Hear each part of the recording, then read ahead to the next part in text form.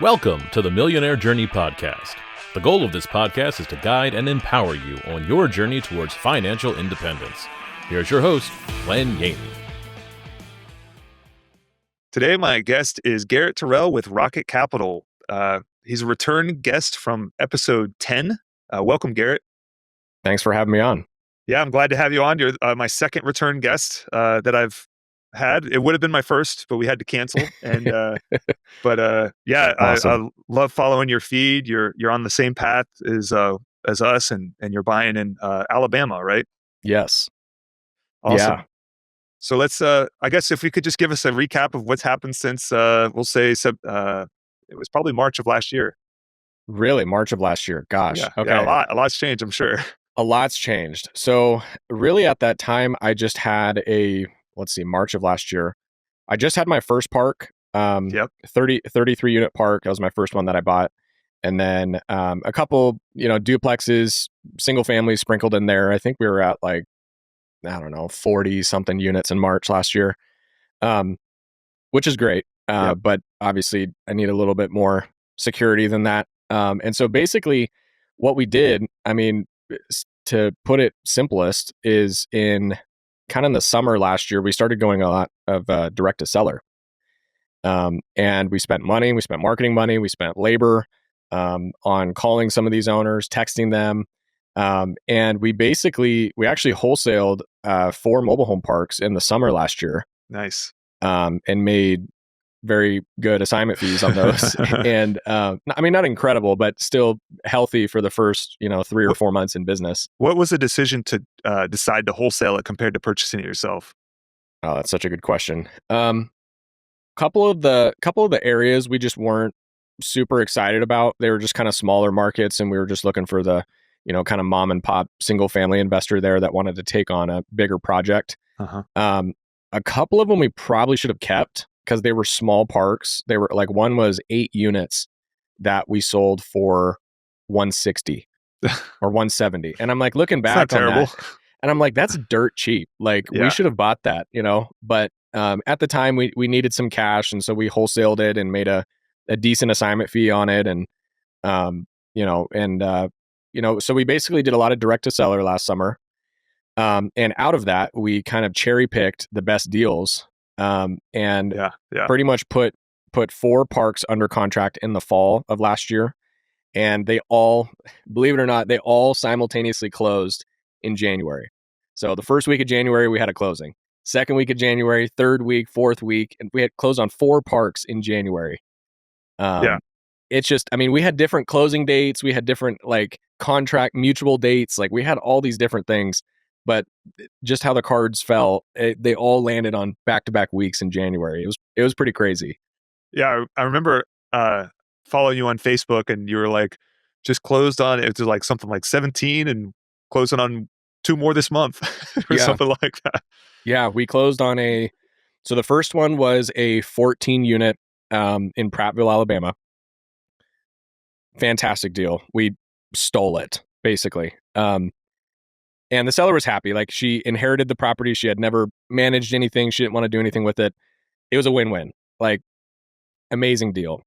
Then we bought a 20 unit right down the street in Prattville as well. Paid a little bit above market value for it, but we got seller financing on it. And so that one's a fantastic deal as well. Then the third one, we bought a 31 lot in Birmingham. Fantastic park, 35-year owner. He was retiring. We bought it for $850, and he had $650,000 in note balances on the trailers, all RTO. 650,000 in note balances. Yeah. How many units was that? 31. Wow. Yeah. So what is that? That's 20,000 a unit? Yeah, basically 20 to 25 a unit. And what you paid for the whole thing? $850. So you paid under 30,000 a unit, or no? What is that? It's about 30,000 under about $30K a pad, and then so your basis pretty much got lowered by. You'll say you purchased a pad for 10 and you bought the notes for 20. We'll just say, pretty much. And deal. so that one's a great deal. Love that deal. That one was a good one. And then how long were the notes? Like what was the averages of the notes? 10 years. Yeah. Yeah, That's a long notes. time. Did you run that seller financed? No, we actually did bank financing on that. So how did the bank financing run? Like, was it like, did they require insurance on those mobile homes even though you had the notes? Beautiful. No, they were a very easy bank to work with, just a local small nice community bank in Alabama, and we got 80% LTV, 8%. Well, I think it was 8.25%, principal and interest, and a 20-year AM. That was the only downside. But I mean, the good thing is that we're paying down the debt extremely fast with a 20-year AM, so we'll have a pretty good equity position in 3 to 5 years. But yeah, they were really easy to work with. They just really cared about the lot rent. They were like, hey, we don't care about the homes really and the rent that it produces. We just want to make sure that the lot rents are good on this. And we're like, yeah. So it worked out great. The way I like to justify some of that is that sometimes the interest rate that you pay offsets other things. So like, it doesn't sound like the insurance requirements, which is a big deal for mobile home parks. Yeah. The insurance requirements weren't very strict. So you're not paying a ton of money in insurance, which really most of the insurance that you buy in mobile home parks, you're kind of just buying it for the bank, Yeah. 100%. A lot of income protection and stuff like that. And we just kind of we're signing a term sheet today that the way that they wrote the insurance, because we've always had issues with insurance. and the way that they are, we have to buy income protection on the park-owned homes, the amount that we make on them annually. So if I think it was like $67,000 for the annual, not premium, but the income to protect. So it was like, okay, well, gotcha.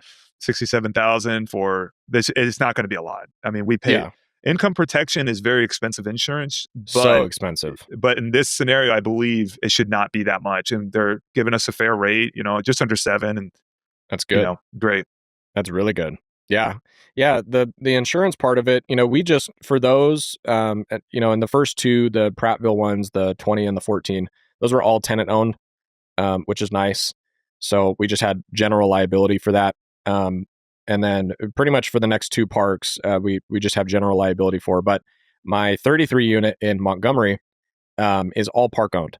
And it's and we have a loan through Vanderbilt. Nice. And so we had to pay a lot in insurance. I mean, I had to pay like $10,000 in insurance between general liability and business loss. I mean, Come to Florida. I mean, for $1 million park, $10,000 is a decent hit. No, I know. For, insurance that, might not pay out if it actually, Yeah. Most of the insurance that you get is just like, they are totally protecting themselves and not really. Totally. You would think like, oh, this is going to happen. And you're like, well, you're probably not going to benefit from this insurance, I can assure you. That's kind of like, we have investors ask about the insurance, and I'm like, well, we do get insurance, but it's literally because the banks require it. I mean, most of the time it's like a deductible is probably the cost of the mobile home to replace. Exactly. Yeah. it makes no difference. But yeah, so closed on that last one, the 31 lot. And we actually just closed on the 17 unit that you were talking about. Yeah. In kind of East Birmingham, kind of towards Atlanta. And that one was an interesting deal. So that one was 17 units, seller financed. We got 90% seller financing on that.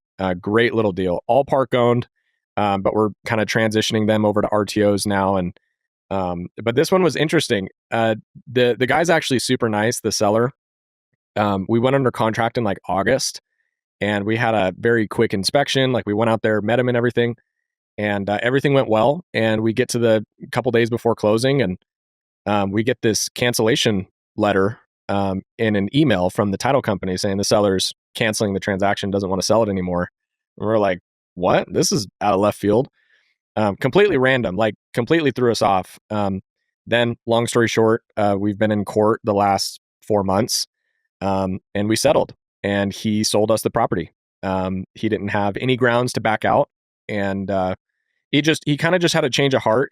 We didn't really hold it against him. We were like, hey man, like, we've already spent money on this. Like, we're not going to be negative on this. You kind of have to do the right thing here and agree to what you agreed to initially with us. And so that was exciting. So that was my first like court process. And then now me and the guy are completely fine. Like we talk like a couple times a week, and it's so weird. Doesn't hurt when the check hits your account. Oh no, he's happy now. He's happy now. So we have one investor like that where we bought it from him, and it was kind of rough closing. And then we paid him over $1 million for his property that was worth it was just like a property he probably paid $200,000 for it, and we gave him $1.4 million for it. Wow. And he bought it a long time ago, but he's like, man, it just feels different when the money's in the bank account. I was like, I understand. It changes opinions really quick. Yeah. Because they just have that security. And so that's what we got right now. We got basically 5 parks, 125 units in total, which still is not even close to your level, but in the first 12 months, I think it's pretty impressive to do that. No. So 120. Yeah. So let's revisit back to episode 10 of the Millionaire Journey. Yeah. And we talked a little bit about before the show, and in the episode 10, you were very adamant that at this time you weren't taking on investors.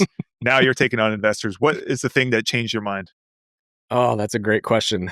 Well, I just thought at the start, I kind of hit a home run on my first deal. And so I thought I knew everything. And I'm like, nah, I just want to keep this lean and mean. Like I want to pay this park off and just have one park to deal with and all that stuff. And it's just, I don't know if anything necessarily just changed, but I think the more deals that we were looking at and underwriting and getting direct to seller on, these were like no-brainer opportunities. And I didn't have multiple 6 figures of my own cash to just dump into these deals and manage myself. These were no-brainer deals. And so I'm like, man, I got to find the money for this. And that's just kind of how it happened. And then we got a good little system with our main private capital guy who's essentially funded these last 4 deals. We just have one investor on it. Great. And he's awesome. He's awesome. Yeah, he's a beast. And he's happy as can be. Yep. And across the portfolio, we're paying him roughly a 12% cash on cash. Yeah. In year 1, so he's happy, and we're just trying to continue to look at good deals like this and continue to buy more. We got a good little system now, and admin and a couple VAs and stuff, and rent manager, and it's like grooving now. So we're just trying to buy more. Honestly, that's the main priority right now.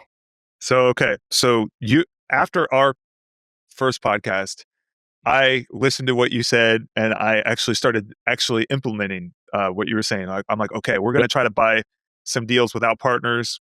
And I ended up buying them I had 2 partners that I bought them with, but we ended up accumulating. We did syndicate a couple deals last year, but we bought a lot of small ones. And it's funny because like the funniest portfolio, it's funny to me, it's a great portfolio, but I was like, okay, I tell brokers this because obviously they know, but it's a 53 unit portfolio of 5 parks. And so I was like those. Yeah, I do too, but I could tell you what I've learned. So we bought 108 units, and what I have learned what the difference is, and I'm like, why wouldn't you just go out and buy all these properties yourself? You could kind of like with what you were saying. I was like, that's a great idea.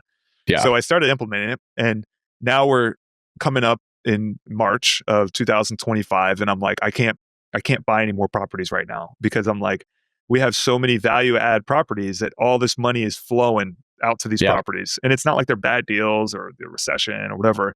It's just literally there just needs a lot of money to be put into them. So I'm like, I don't feel comfortable with taking investor money or anything like that. I just want to take care of what we have. And it's literally, I didn't even think about it until I started talking to you. And I was like, it actually started when I talked to Garrett. Yeah. And I was like, we need to buy a portfolio of properties because we started raising capital. And I've learned the value of syndication because you share the risk. And when I say share the risk, people think of the downside, but it's like, okay, we buy a property and say we raise $1 million.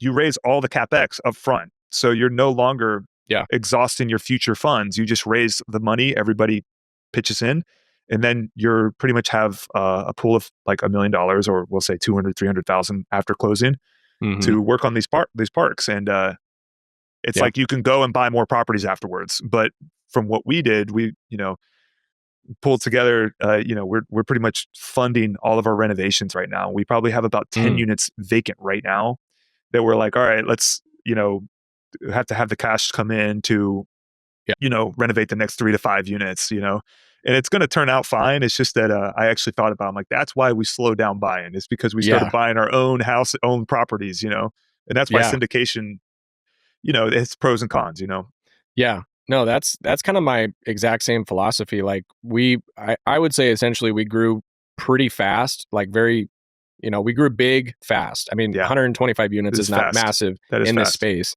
but in a 90-day period to, essentially triple or, 4x your portfolio, it's a pretty big jump. And I was feeling that in like all of February. I'm like, okay, stabilize, collect. Like we are not buying any more parks. We need to get everybody switched over to Rent Manager. We need to get the utilities figured out. Like, and so now after, February and essentially March, they're essentially all stabilized. And I'm like, okay, what's the next deal look like? Where's the next deal coming from? And so I think there's ebbs and flows of it. I don't think there's really a right or wrong answer, but I also don't want to be overwhelmed. That's what I don't want. Don't want to be overwhelmed because then things fall through the cracks and, you lose money on this and this guy didn't pay rent and, this has a water heater leak and, there's all these things that can just pop up. But once they're secure and stabilized for the most part, it's pretty hands off besides the, the collections side of it. Yeah. So that's kind of where we're at. And, and we did a little bit of value add. We're not doing as much as like you are. Where you're raising money and dumping it straight into the parks. We actually, on one of the Prattville parks, we sold a few trailers right off the bat and we got like 20 grand in cash. And we were like, let's just like use this cash to like value add the parks. Like we're being very, frugal. We're being very, not frugal, but we're just recycling the money essentially. So we're not having to raise more money for my investor. And which lowers his cash on cash. So I'm like, hey, like, I don't care to get paid on this. Let's just use this money to like recycle the deal. And we put in new signs and upgraded some of the electrical and, and did some upgrades, mailboxes, stuff like that. And it really makes a huge difference, and it doesn't take much either. I mean, the sign that we put up was $1,200. The new mailboxes was like $750. I mean, so just that alone is a huge upgrade for a community. And it was $2,000, $2,200. Yeah. So it's just, it's pretty wild. Like, I thought it was going to be hundreds of thousands of dollars to like flip these parks or remodel them, but that's just not the case. And the good thing is the sales. The sales drive the renovations. That's where, I understand that. Same with us. That extra money is going into renovating vacant park-owned homes that we're going to sell. And that's been selling the homes, I mean, depending on the location, sometimes we get 5 to 7 messages a day. Sometimes we get like 3 or 4 messages a week and I've changed the post, I've changed the picture, I've changed the verbiage, all with ChatGPT. I'm like, okay, make this different, make this different. And some ads perform better than others and it's just interesting, but we've essentially sold like, probably at least 10 or 12 homes in the last 2 months just on Facebook Marketplace. Yep. On rent to own. And you just can't beat it. You just cannot beat that. The crazy part about Marketplace, Facebook Marketplace, is you go to these big conferences and you start seeing these like, I don't know if they're considered institutional, but they're like guys with 2,000 to 4,000 units. And their main marketing place is freaking their main advertising is Marketplace. It's wild. Like, really? I was like, there's not like one better place to go except for Marketplace. And that's where we go. And it's wild. Yeah. Well, and the other weird thing too is like, I come from a residential background where Zillow is like the king. Yes. You post a for sale by owner on Zillow, you're getting 100 calls in the first week. Yeah. And, and so I did that with some of these mobile homes and I kind of compared them with Facebook Marketplace. I didn't get a lick on Zillow. Yes. But on Facebook Marketplace, I got like 20 messages in the first week. And I'm like, how does this make any sense? It doesn't, but that's just how the world works right now in selling these homes. It could change in the future, but for right now, that's what's working. So I'm not going to change nothing. Yeah. I mean, it sounds, you just have to they change the rules regularly on Marketplace and, so there are a lot of rules. I have unfortunately literally one person that manages marketplace, and we call her the leasing manager. She manages all the VAs that handle leasing, and we kind of created departments now. And that's nice. Oh so yeah. Quick question on that. Yep. So does she have her own Facebook account that she runs these ads on, or is she an admin on your account and you're the seller when you're selling these homes? She was okay. So what happened? I'll tell you a quick story. So she was on our account, Vertical Equity, and then it got locked down. And then, so like we couldn't advertise for like a week or two. So she started putting them on hers. And then I think we worked out something with Facebook. We changed it over. We paid some fees that I think that they charge. Yeah. And, I mean, it's not much. Like, it's always like, I always act surprised when I hear the fee just to be like, oh, that's crazy. And it's like, all right. Yeah. But they're like, you're fined $14 for this post. Yeah. And we're like, okay. You're like, okay, well, let's take it easy and let's just make sure it doesn't happen again. Take it easy. It's an arm and a leg. Yeah. So we started, we started boosting whatever advertising and yeah, it's great. And what we do is go into the groups and we push them into the groups. There's certain groups that we look for and we find them and just post our listings there. Yeah. That's smart. Yeah. That's smart. Yeah. It's super interesting. I've talked to a couple other people about this, a couple other operators, and they've tested it and they've had VAs create their own Facebook account. And because it gets kind of, I've never actually ran a Facebook marketplace post on a business account, like on a Facebook page or a business account. So I'm not sure how that works exactly, but basically for when these VAs create their own accounts, the hit rate or the activity rate on those is like 90% less. Oh yeah. But when you have your account, like mine and yours account, where we have, thousands of friends and interactions and activity and stuff, when that happens and that's posted, I mean, the activity is like through the roof, it's night and day. And so I've actually just ran it under my own account. And it gets a ton of activity. And again, this is probably not the correct way to do it, but I just get a little jot form and it's like a kind of like a pre-application application. And then I just have this little keyboard shortcut on my phone. And every time somebody says, hey, is this interested? I just instantly send them the application and it goes into a little Google Drive. And then the VAs, call them, talk with them, underwrite them. So it's a cool little system. But we're just bootstrapping it. Nobody told me how to do this, but I'm just kind of doing the brunt, the brute work on it. And it's working. So I'm going to keep doing it. Hey guys, if you want to learn more about our deals we're investing in, go to our website and sign up for our free ebook, 10 Reasons Mobile Home Parks Outperform Other Real Estate Investments. We won't spam you. We'll just keep you updated on the podcast and the deals we're working on. Now, back to the show. Yeah, so that's one thing I've been thinking about recently is I came from a institutional property management company where we track like every single thing, like time to reach out to the lead, all the stuff that comes into it. And they tell you like when it enters the funnel, when it gets to this point. And like, it's crazy how like everything is so fragmented and there's no way of tracking it. And whenever I go to like, we do like a weekly price review or a unit review where we see like, is this one getting a lot of activity, blah, blah, blah. So then it's literally, I'm like going off of my office to say about how many people do you talk to about this? And it's like, there's no way of tracking it. And I can't figure it out. And I've reached out to Appfolio. We have Appfolio and they don't sync with Marketplace because Marketplace is so, just changes the rules too much that nothing syncs with it, so. Yeah. It's so interesting. I mean, that's good though. We use Rent Manager. We've been pretty happy with Rent Manager so far. I do know a lot of people that use Appfolio though. Yeah. Do you like it better? Have you used both? Hindsight, I probably would have gone with Rent Manager, but we're pretty deep, and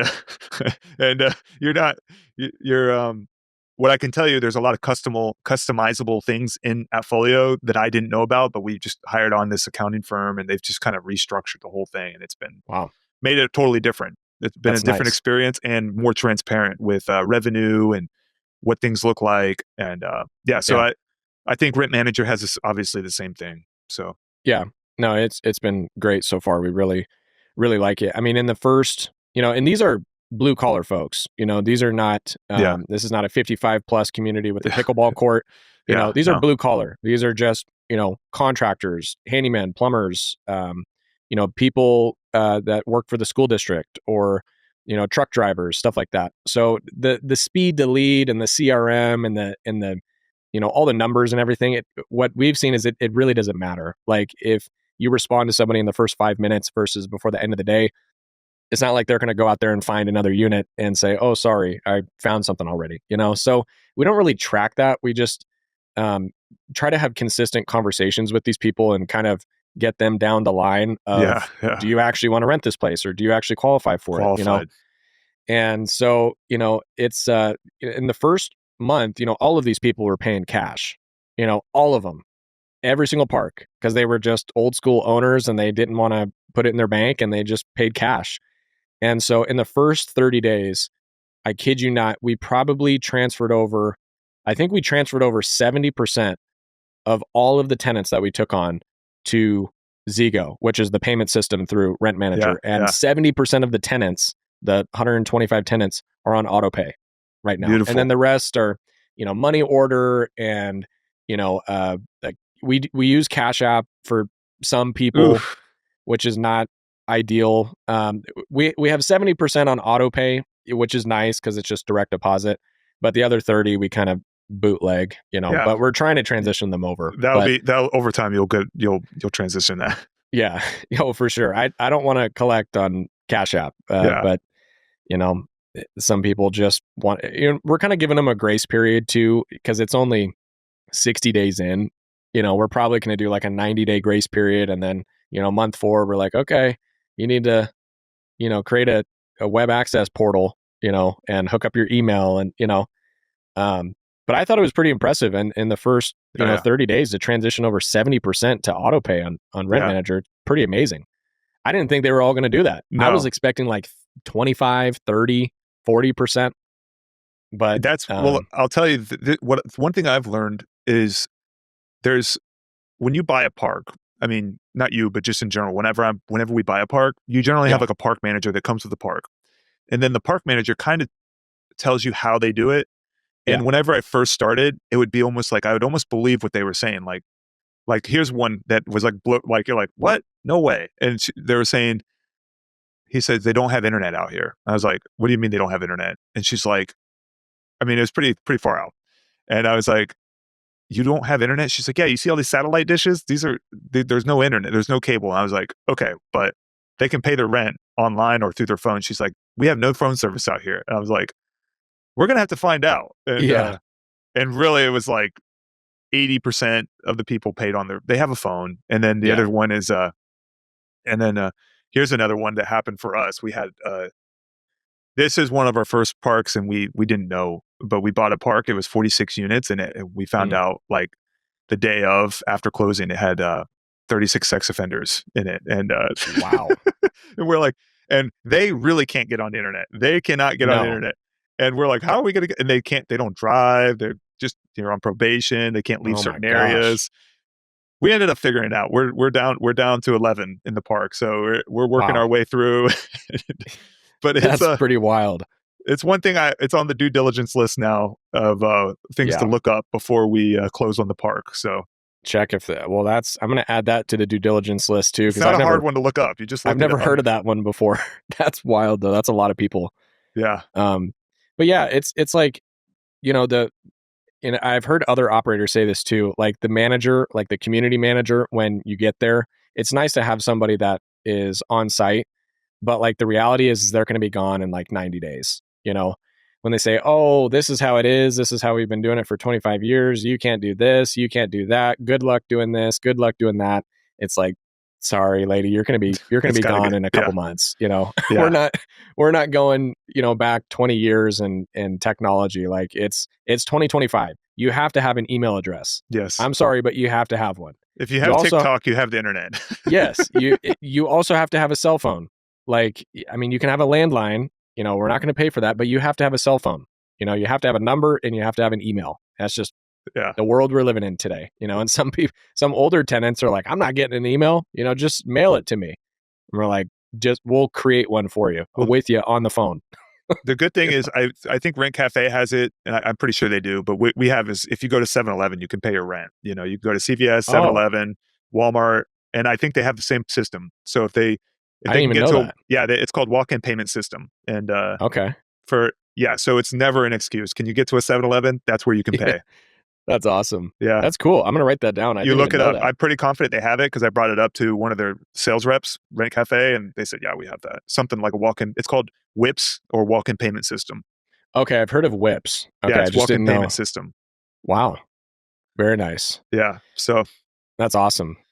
Cool. Well, so excited to see you grow. We'll just go over what's happening for the rest of 2025. Yes. I mean, basically, as of right now, the wholesaling the parks is kind of an interesting business. I think we, did extremely well in the first few months because it was like a fresh list. We built right now we have a good database in Alabama of probably 150 sellers. And, we've wholesaled 4 parks out of that. So, we have roughly a 2% conversion on our database. But some of these sellers are just harder to convert, and wholesaling income from mobile home parks is just it's ebbs and flows, and it's not going to be consistent every month. But the problem with really going direct to seller is the monthly cost and the monthly expense is going to be there every month, and so it's kind of slim for some of these closings until 90 days happens and they close. But so it's just a lot of like fronting the money and then getting a recoup and then fronting the money and then getting. And it's not my favorite thing in the world. I love the consistency of just buying and owning parks. Yeah. And so I think we're kind of just leaning towards that this year is, if something comes up and it's an opportunity that we can wholesale, we'll probably wholesale it if we don't want to keep it. Yeah. But the reality is that we just want to keep acquiring these parks. And some of these we do not want to wholesale. Like we're talking to a seller right now. We're really close to getting mutual 125 lots in East Birmingham. Careful. Yeah. Well, I won't give away too much information, but seller financing, same thing. 30-year owner, husband and wife couple, they want to retire. And we're going to get seller financing on it. And we're really close to going mutual on that. And that's a big boy deal. Like 125 lots, all tenant owned, paved roads. You'll find out it's easier to manage. It probably is going to be. Yeah. It might be a war zone at first, but afterwards it'll be better. Yeah. Which we're excited about it because, right now we're at 125, which is good. It's solid, 5 parks. But to take down a purchase like this and essentially double our portfolio. We grew it pretty big end of Q1 of this year. And basically with this purchase, we might be able to double the portfolio in Q2. Which is wild. Like, I don't know how these things come together. You got it. I don't know how they come together, but sometimes like it's the timing of these things and it's the motivation works out at the right time. And, and that's kind of all of these, that's how they just came together. It's like we were really, really grinding and talking to them, texting them the first like couple months. But we just closed a wholesale deal a month ago. And we had been talking to the seller for 8 months. I looked in Podio and our first initial conversation with them was 8 months ago. And I'm like, that's a long conversion cycle, because single family wholesales is like 30, 60, 90 days.